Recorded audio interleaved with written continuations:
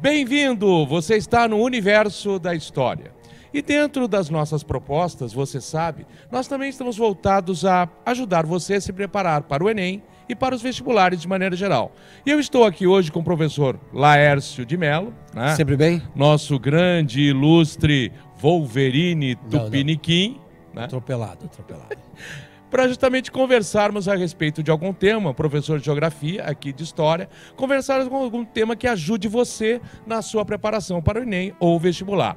Então, professor Laércio, sobre o que poderíamos ter como boa dica para os nossos que estão nos acompanhando, os nossos participantes? O vestibulando tem que pensar numa coisa muito importante.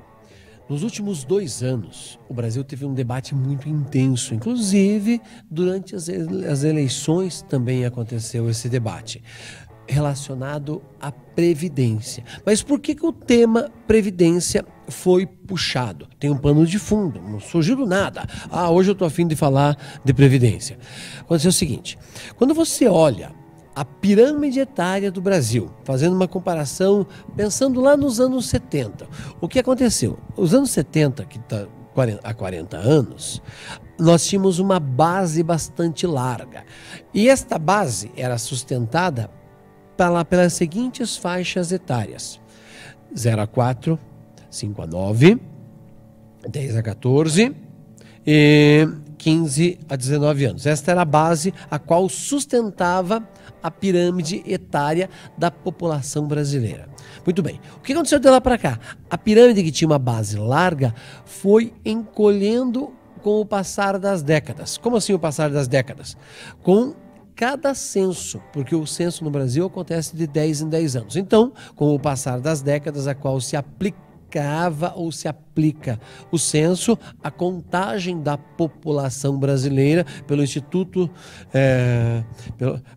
pelo IBGE, o que aconteceu? Percebeu-se que essa base foi reduzindo, e a redução dessa base, que significa que passou a nascer menos pessoas e a população foi envelhecendo. Então, a base que era larga foi estreitando, o meio da pirâmide foi alargando e fazendo a seguinte previsão: o topo da pirâmide vai ficar largo na sequência. Então você vai ter uma pirâmide invertida. Entre aspas, sim, né? Pelo menos é a possibilidade, porque quando se trata de população, você tem a projeção, você tem a perspectiva. Mas, claro que culturalmente as pessoas podem mudar e isso se inverter. Muito logicamente pela própria qualidade de vida, né? A qualidade de vida das pessoas vai se tornando mais, digamos, não quero dizer a palavra melhor para dizer qualidade de vida, né, cara? Mas, digamos assim, a vida se torna mais longa das pessoas, porque as pessoas podem cuidar melhor de si, das doenças e tudo mais. E isso acaba fazendo envelhecimento, né? Um envelhecimento maior da população, então? E um nascimento menor, porque as pessoas cada vez estão tendo menos filhos, né? Automaticamente você tem essa inversão, correto? A leitura é assim: a população até os anos 70, e por isso que eu usei essa data mágica aí, a maior parte da população brasileira vivia na área rural, certo? A média de filhos era em torno de 6 por mulher, ok? 6 filhos por mulher. Quando tem a inversão, o Brasil deixa de ser um país rural, com maioria rural, e passa a ser com maioria da população na área urbana. Pensar um pouquinho nos fatores que determinaram isso também, né, Laércio? Se nós pensarmos ali na década de 70, nós temos o chamado milagre econômico brasileiro, né? Então, esse suposto milagre econômico, que não havia nada de milagre, né? Mas fez uma grande industrialização nas cidades. E isso houve um grande êxodo rural também, né? Muitas populações vieram do campo para a cidade, fora o aspecto também do campo, da mecanização, né?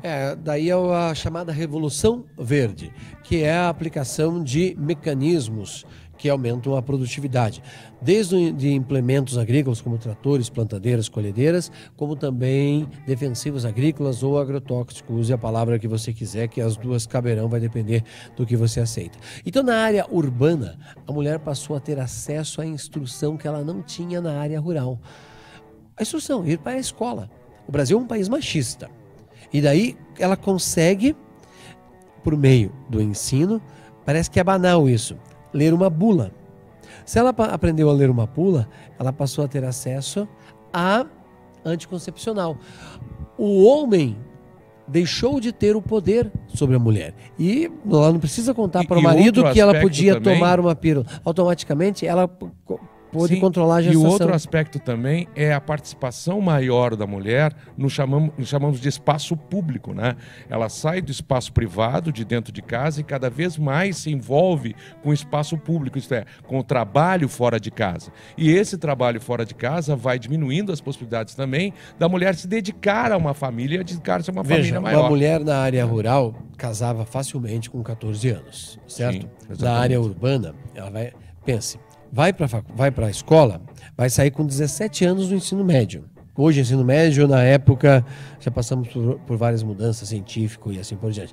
Aí, indo para o ensino médio, dá um estalo. Opa, eu posso ir para a faculdade. Mais 4, 5 anos de faculdade, já está com 20 e tantos anos, dá mais um estalo. Opa, posso fazer o mestrado.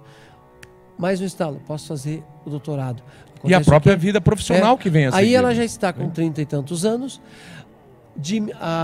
diminui, entre aspas, a vida útil para que a mulher possa ter filhos. Então, o que aconteceu aí? Reduziu o número de filhos. Então, hoje o Brasil tem o número de filhos por mulher abaixo da reposição. O que significa abaixo da reposição? Pense, ó, esses quatro dedos aqui significa o casal e os 2 filhos. Se existirem o casal e 2 filhos, quando morre o casal, existe uma reposição ao menos. No caso, hoje o Brasil tem menos de 2 filhos por mulher. Automaticamente não tem reposição. E a partir de 2030, 2040 em diante, vai começar a reduzir a população brasileira. E me diga uma coisa, por que está aumentando? É isso que você ia perguntar? Não, eu ia perguntar outra coisa. E você acredita que isso poderia ser objeto de questão tanto numa redação quanto em próprias questões? Não tenha dúvida, porque isso é um assunto do dia a dia do brasileiro.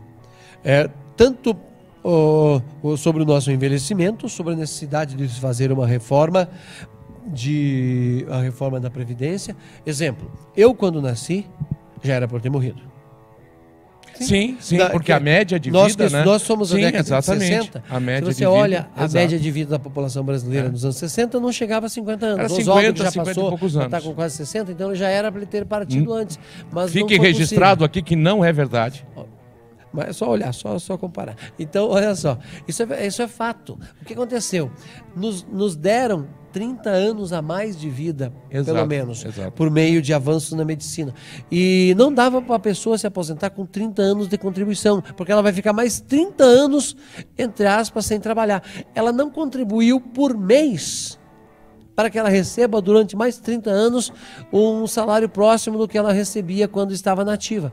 Não existe contribuição que resolva isso. Então o Brasil precisa repensar.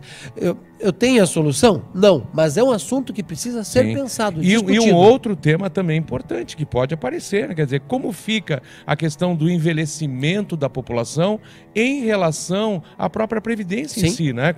Como é que se faz o balanceamento disso? E aí você tem vários estudos que estão sendo feitos, né? Inclusive propostas que estão aparecendo no nosso Congresso Nacional também. Perfeito. Né? Então essa discussão é fundamental, entender o funcionamento de uma pirâmide etária. Mesmo que ela não caia como redação, ela pode ser uma pergunta corriqueira de uma prova.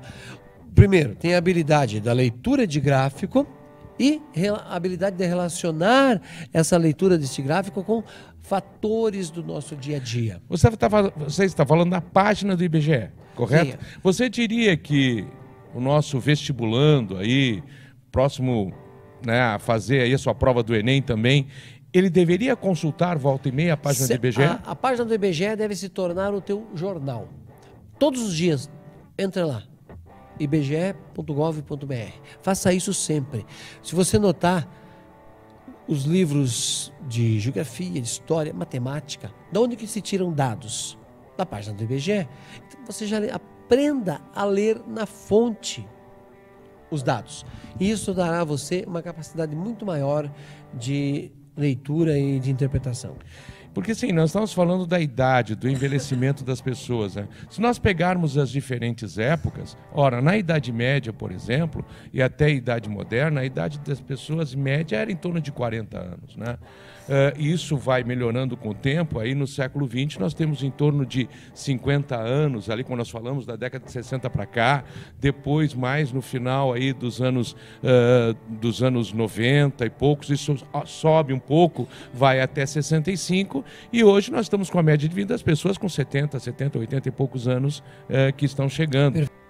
Laércio, me diga uma coisa, isso que nós estamos conversando agora aqui, seria uma realidade apenas do Brasil, ou a gente poderia considerar que é uma realidade, digamos, que está presente no mundo, em especial em países mais ricos, por exemplo? Posso considerar dessa forma? Em todos os países acontece isso. É claro que em cada país tem o seu tempo.